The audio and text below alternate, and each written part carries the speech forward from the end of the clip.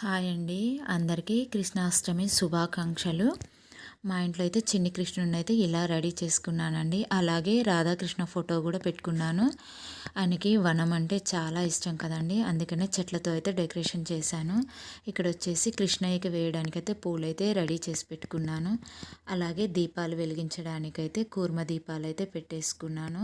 స్వామికి ఎంతో ఇష్టమైన తులసి పూసల మాల కూడా వేశానండి. అలాగే పూలను అలాగే తులసి దళాలను అయితే స్వామివారికి సమర్పించేశాను. ఇలా దీపాలు వెలిగించేసుకొని స్వామివారికి అయితే పూజ చేసుకున్నానండి. ఆయనకి ఎంతో ఇష్టమైన పాలు, వెన్నె, పులిహార, పాయసం అయితే స్వామివారికి చేసుకున్నానండి.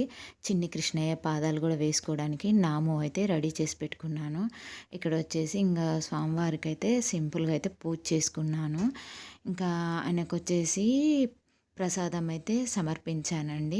గుడికి వెళ్ళాలనుకుంటున్నాము. మాకు దగ్గరలో మా వారి వాళ్ళ ఫ్రెండ్ వాళ్ళ టెంపుల్ అయితే ఉందండి, కృష్ణయ్య గుడి. అక్కడికి వెళ్ళి దర్శనం చేసుకోవాలనేసి అయితే రెడీ అయ్యాం ఫ్రెండ్స్. ఆ వీడియో కూడా మీ అందరికి షేర్ చేస్తాను. ఇక్కడ వచ్చేసి ఇంకా కొబ్బరికాయ కొట్టాను కృష్ణయ్యకైతే.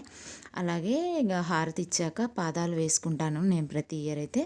ఇంకా అది కూడా వేసుకోవాలండి. స్వామివారికి ఏ నైవేద్యం పెట్టినా అందులో తులసి దళం ఖచ్చితంగా పెట్టాలండి. అలా పెట్టడం వల్ల ఆ స్వామివారు మన కోరికలు అయితే నెరవేరుస్తాడండి. ఇక్కడ వచ్చేసి ఇంకా హారతి తీయడం అయిపోయిందండి. చిన్ని కృష్ణుడు పాదాలు అయితే వేసేసుకున్నాను. అవి కూడా చూపిస్తాను ఫ్రెండ్స్. ఇలా పాదాలు అయితే వేశాను. ఇయర్ అయితే కృష్ణాష్టమి బాగా చేసుకున్నాను. ఇంకా గుడికి వెళ్తే ఆ వీడియో కూడా షేర్ చేసుకుంటానండి మీ అందరితో. ఇంటి ముందు వరకు అయితే వేశాను ఫ్రెండ్స్ కృష్ణయ్య పాదాలు. అక్కడ దాకా చూపించట్లేదు, కొద్ది దూరమే చూపిస్తున్నాను. ఇంకా అందరికీ మరొకసారి హ్యాపీ కృష్ణాష్టమి అండి. వీడియోస్ చూస్తున్నారు కానీ లైక్ అయితే చేయట్లేదు ఫ్రెండ్స్. అలాగే సబ్స్క్రైబ్ చేసుకోండి. ఇంకా మంచి మంచి వీడియోస్ చేయడానికైతే ట్రై చేస్తాను ఫ్రెండ్స్. Thank you friends.